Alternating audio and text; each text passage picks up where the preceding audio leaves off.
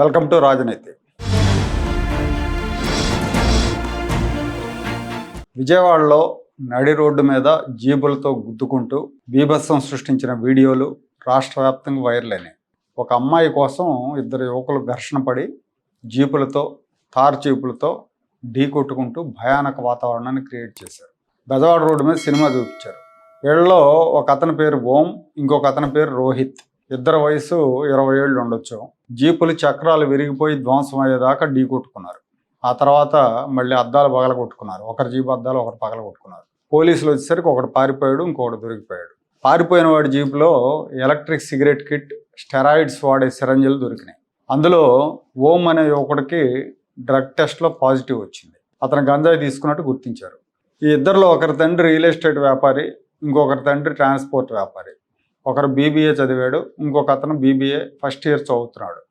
ఈ ఓం అనే అతను వైసీపీ నేత జోగి రమేష్ కుటుంబంతో జగన్తో దిగిన ఫోటోలు ఇన్స్టాగ్రామ్ ఖాతాలో పెట్టుకున్నట్టు గుర్తించారు. ఇద్దరు ఇళ్లలో కూడా పోలీసులు మత్తు పదార్థాల కోసం తనిఖీలు నిర్వహించారు. తల్లిదండ్రులను స్టేషన్కి పిలిపించారు, వాళ్ళకు కౌన్సిలింగ్ నిర్వహించారు. సెక్షన్ 285, 281, 292 కింద కేసులు నమోదు చేశారు. ఈ ఘటన విజయవాడలో సంచలనం సృష్టించింది. సాధారణంగా పెద్దవాళ్ళ పిల్లలు బలిసిపోయి పబ్బుల్లో గొడవలు పడటం, కారు రేసులు పెట్టుకోవటం, కొట్లాటలకు దిగటం, పోలీసుల మీద తిరగబట్టడం వంటి ఘటనలు హైదరాబాద్లో చూస్తుంటాం మనం. హైదరాబాద్లో జరుగుతూ ఉంటాయి, ఆ జూబ్లీహిల్స్, బంజారాహిల్స్లో. ఇప్పుడు ఆ సంస్కృతి బెజవాడకు కూడా పాకిందనుకోవాలి. వీళ్ళిద్దరి వయసు 20 సంవత్సరాలు అటు ఇటు ఉండొచ్చు. అంత చిన్న వయసులో వాళ్ళకు తారు చీపులు కొనిపెట్టి వాళ్ళు రోడ్ల మీద అచ్చోసిన ఆంబోతుల్లాగా రెచ్చిపోతుంటే తల్లిదండ్రులు ఏం చేస్తున్నారు? వీళ్ళు ఏం చేస్తున్నారో బయట తెలియనంత అమాయకులు అయితే అయి ఉండరు. కొడుకులు తప్పుడు మార్గంలో వెళ్తుంటే సరిదిద్దాల్సిన బాధ్యత తల్లిదండ్రుల మీద ఉంటుంది. టీనేజ్ పిల్లలు ఏం చేస్తున్నారు, ఎక్కడికి వెళ్తున్నారు, ఎవరితో స్నేహం చేస్తున్నారని తల్లిదండ్రులు ఒక కంట కనిపెట్టుంటారు, బాధ్యత కలిగిన తల్లిదండ్రులు అయితే.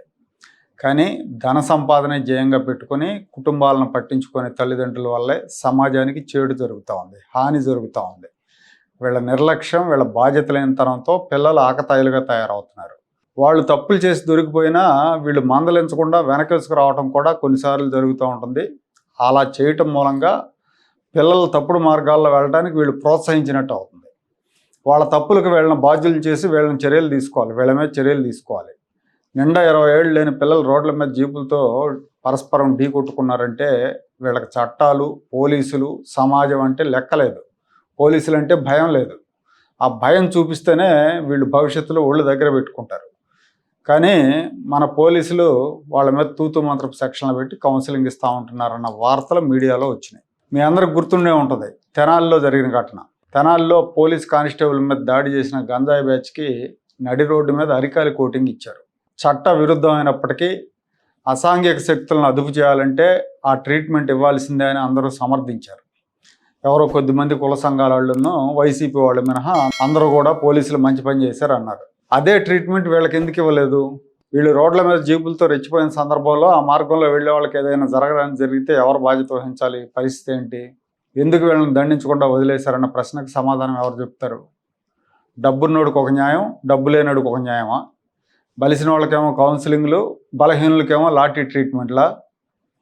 వాళ్ళతో సమాజానికి ఎంత హానో ఇలాంటి వాళ్ళతో కూడా అంతే హాని జరుగుతుంది సమాజానికి. బాధ్యత లేని పౌరులుగా తయారవుతారు. ఒక మహిళ కోసం ఇంత రచ్చ చేసిన వాళ్ళు రేపు పొద్దున తాము కావాలనుకున్నది దక్కించుకోవడానికి ఎంతకైనా తెగిస్తారు. వీళ్ళకి కఠినమైన ట్రీట్మెంట్ ఇవ్వకపోతే ఇలాంటి ఘటనలు జరుగుతూనే ఉంటాయి. మొక్కలుగా ఉన్నప్పుడు తుంచకపోతే రేపు పొద్దున మానులు అయ్యాక ఎవరు కంట్రోల్ చేయలేరు.